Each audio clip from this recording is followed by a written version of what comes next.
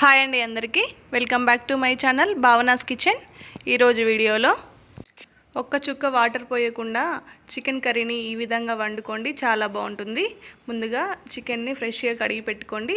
ఇప్పుడు గ్యాస్ మీద ఒక ప్యాన్ పెట్టుకొని అందులో ఆయిల్ వేసుకోండి.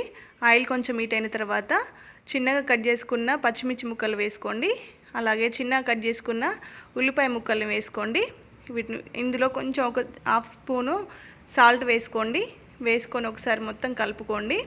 గ్యాస్ని లో టు మీడియం ఫ్లేమ్లో మాత్రమే పెట్టుకోండి. ఇలా పెట్టుకొని ఇవి మొత్తం కొంచెం గోల్డెన్ బ్రౌన్ కలర్ వచ్చేంత వరకు అయితే ఫ్రై చేసుకోండి.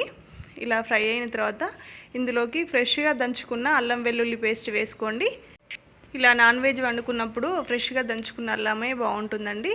ఇందులో ఒక స్పూను పసుపు వేసుకోండి. వేసుకొని ఒకసారి కలుపుకోండి. ఇలా కలుపుకున్న తర్వాత ఇదే పోపులోకి ఒక అర స్పూను గరం మసాలా వేసుకోండి. ఇలా వేసుకోవడం వల్ల చికెన్ అనేది చాలా టేస్ట్ వస్తుంది. ఇది ఒకసారి వేసుకొని కలుపుకోండి. ఇందులో ముందుగా కడిగి పెట్టుకున్న చికెన్ ముక్కల్ని వేసుకోండి.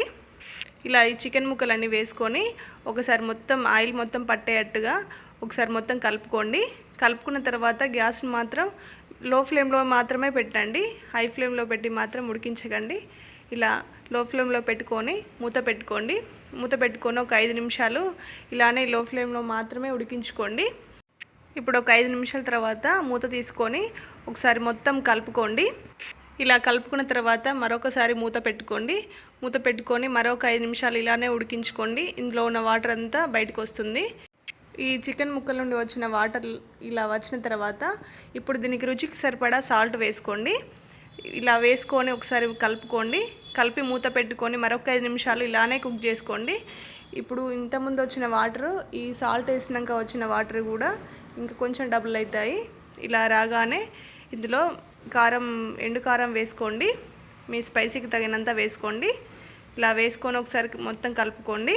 కలిపి మూత పెట్టుకొని ఉడికించుకోండి. ఇలా కొంచెం ఉడికిన తర్వాత ఇందులో ఒక అర స్పూను గరం మసాలా వేసుకోండి. ఒక స్పూను ధనియాల పౌడర్ వేసుకోండి. ఇలా వేసుకొని ఒకసారి మొత్తం కలుపుకోండి. ఇది కొంచెం ఉడికిన తర్వాత ఇప్పుడు ఇందులోకి చిన్నగా కట్ చేసి పెట్టుకున్న కొత్తిమీరను, పుదీనా వేసుకోండి. ఇలా వేసుకొని ఒక్కసారి కలుపుకోండి. కలిపి ఒక 2 నిమిషాలు అలానే హీట్ మీద మూత పెట్టి ఉంచుకోండి. ఇప్పుడు సర్వ్ చేసుకొని తినండి, చాలా బాగుంటుంది. ఇందులో వాటర్ పోయాల్సిన అవసరం లేదు. ఈ చికెన్లో నుండి వచ్చిన వాటర్తోనే సరిపోతుంది. ఈజీగా కుక్ అవుతుంది. చికెన్ మాత్రం టేస్ట్ మాత్రం చాలా చాలా బాగుంటుంది. ఈ వీడియో కనుక మీకు నచ్చినట్టయితే లైక్ చేయండి, షేర్ చేయండి, ఛానల్ని సబ్స్క్రైబ్ చేసుకోండి.